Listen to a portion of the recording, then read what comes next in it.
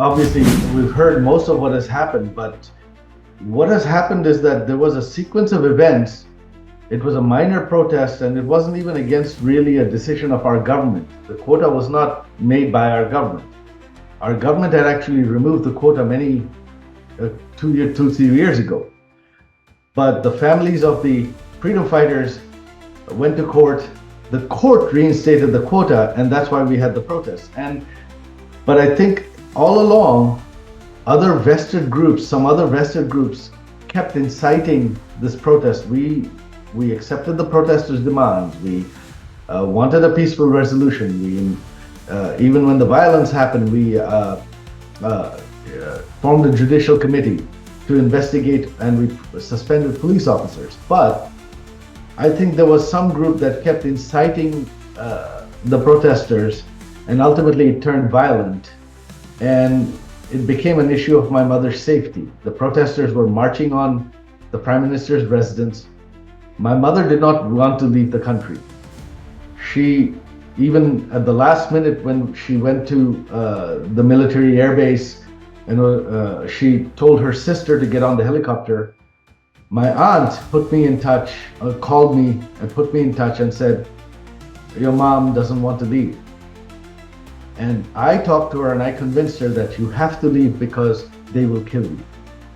She did not wish to leave Bangladesh. So this is the situation. I think this situation was escalated deliberately. On July 15th, first of all, there was no reason for the protest because it was not a decision of our government. It was a decision of the courts. And our government was actually appealing against the court decision. So if they had just waited for the court decision, the quota would have been removed.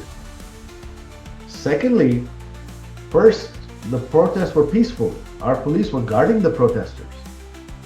Because it was peaceful, on the night of 15th of July, some group started marching at Dhaka University in the middle of the night, in darkness, chanting, "We are Rajakar, we are Rajakar," which is, they took one of my mother's statements out of context. My mother said, "We don't want Rajakar's families to get government jobs." That is what she said. But whoever was instigating turned it into saying that my mother called the student protesters Rajakar. She did not say that at all. And chanting, "We are Rajakar," in the middle of the night at Dhaka University is like chanting in Jerusalem in the middle of the night, "We are Nazis, we are Nazis." What do you think would be the reaction of the people of Jerusalem? And so that's what happened. All our pro-Awami League students, they got angry. They attacked the protesters. They got into a fight with them. The police tried to stop the fight, and in trying to stop the fight, some of the police officers used excessive force. Our government immediately suspended those police officers. Our government formed a 3-member judicial committee to investigate the deaths.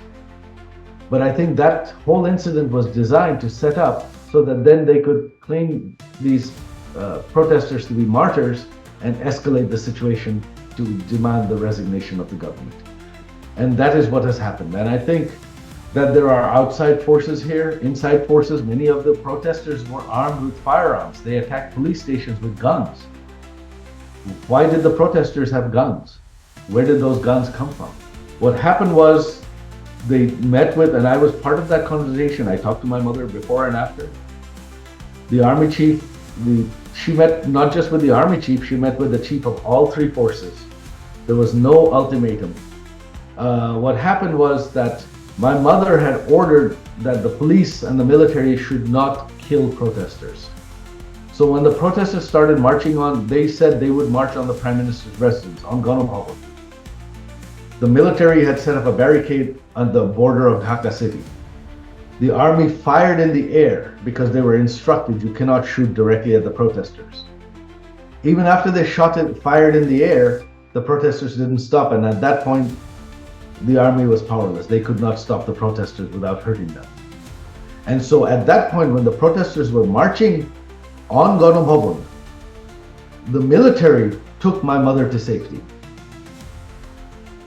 So that whole allegation is completely false. she was planning to make a speech. So she was planning to resign. The day before I had talked to her, she said she did not want any more bloodshed. She did not want the blood of protesters on her hands, and she would resign. She would make a statement and then announce her resignation and then arrange for a peaceful transfer of power as per the Constitution. But unfortunately, the protesters declared their march on the Prime Minister's residence that night. So she did not have time to make that speech at all. She did not get a time to make a statement.